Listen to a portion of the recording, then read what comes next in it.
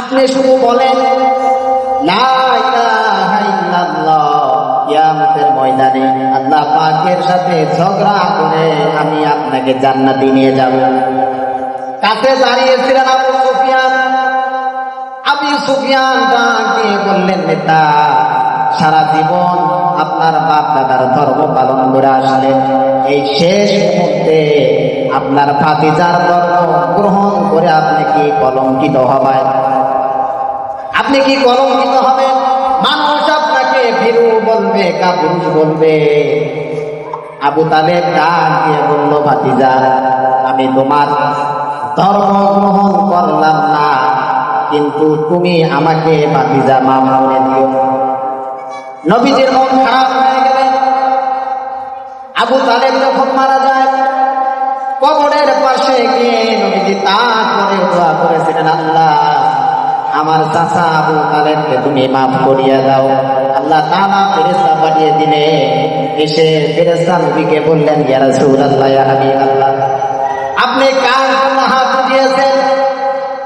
আমি জানি আবু তালেব আপনার চাচা ছিল, আপনাকে পিঠে করে, বুকে করে, মুখে করে পালন করেছে, কিন্তু আপনার চাচা তো ছিল মুশরিক।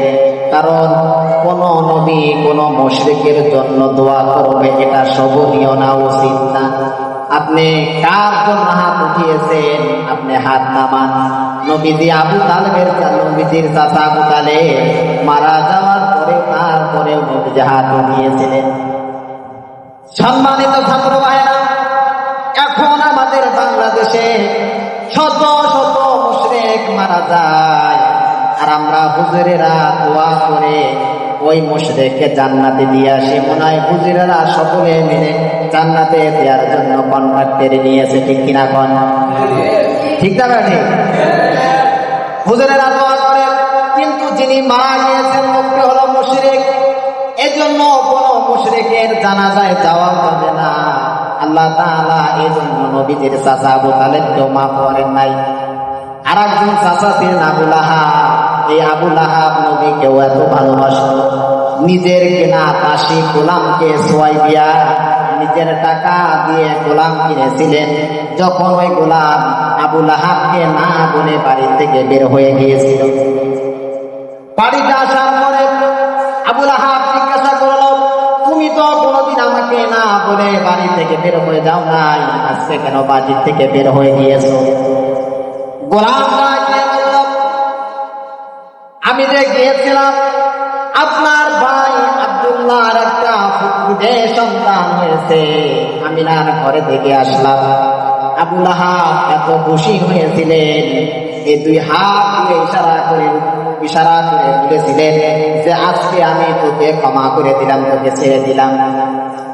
তাহলে চিন্তা করেন, নবীজির প্রতি এত ভালোবাসা ছিল, এত মহাব্বত ছিল, নিজের কেনা দাসীকে দুই হাত ইশারা করে বলেছিলেন আমি তোমাকে মাফ করে দিলাম।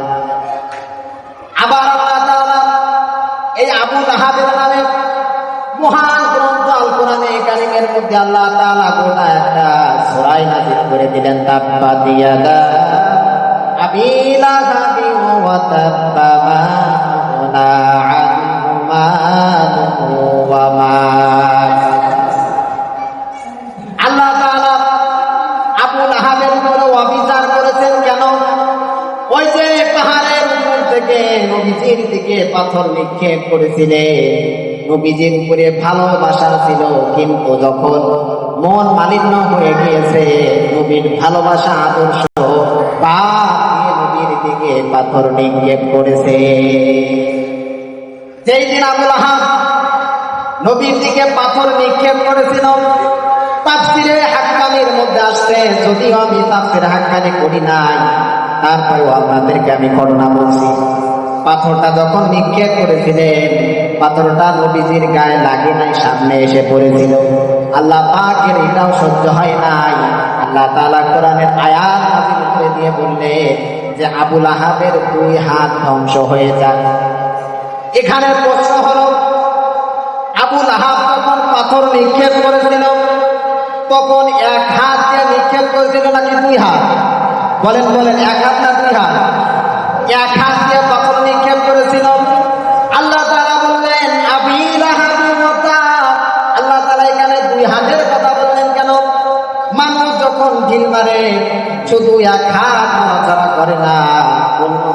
সাপোর্ট দেয়।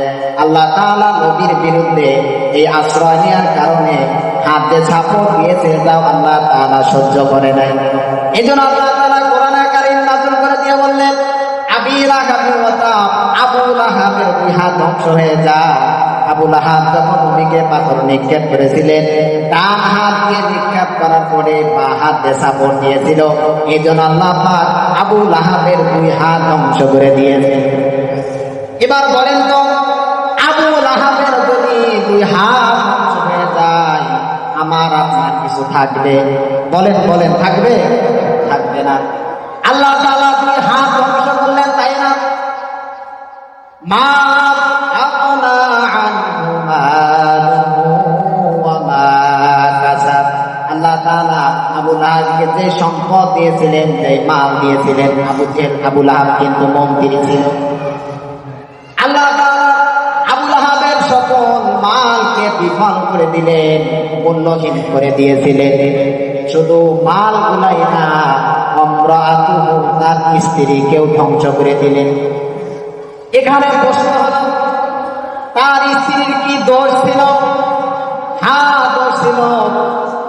আবু লাহাবের স্ত্রী এই উম্মে জামিল নামে মহিলা রাত্রে শুয়ে থেকে আবু লাহাবকে কুবুদ্ধি দিত যে এটা করেন, ওটা করেন, ওটা করে। এই জন্য আল্লাহ পাক আবু লাহাবের স্ত্রীকেও ধ্বংস করে দিলেন। সম্মানিত ছাত্র ভাইরা, যদি আবু তালেবকে আল্লাহ পাক জান্নাতে না দেয়, আবু লাহাবকেও যদি জান্নাতে না দেয়, তাহলে জেনে রেখেন নবীর বিরুদ্ধে আশ্রয় নেওয়ার কারণে আল্লাহ পাক আপনাকে আমাকেও কোনোদিন জান্নাতে দিবে না। সম্মানিত মুসল্লি ভাইরা, আর অপর পৃষ্ঠারে দেখেন, নবীর দুইজন চাচা ছিলেন, একজনের নাম হামজা আর একজনের নাম আব্বাস। এই দুইজন শুধু নবীকে ভালোবাসতো না, পাশাপাশি নবীর আদর্শ মেনে চলতো। সুবহানাল্লাহ বলেন। আর একটু জোরে বলি আমরা সুবহানাল্লাহ। এই যে নবীর দুইজন চাচা ছিল, একজনের নাম আব্বাস আর একজনের নাম হামজা। এই দুইজন নবীকে শুধু ভালোবাসে নাই, পাশাপাশি নবীজির আদর্শ মেনে চলতো। এই যে নবীর চাচা হামজা এই কালেমা গ্রহণ করার স্থান টুকরো টুকরো করে কেটে ফেলে দিয়েছিলেন, তারপরেও কালেমা কখনো ছেড়ে দেয় না। সম্মানিত মুসলিম ভাইরা, এই জন্য আমাদের সকলের উচিত, আমরা যেহেতু নবীর ঘরে পড়তে আসছি, আমরা যেহেতু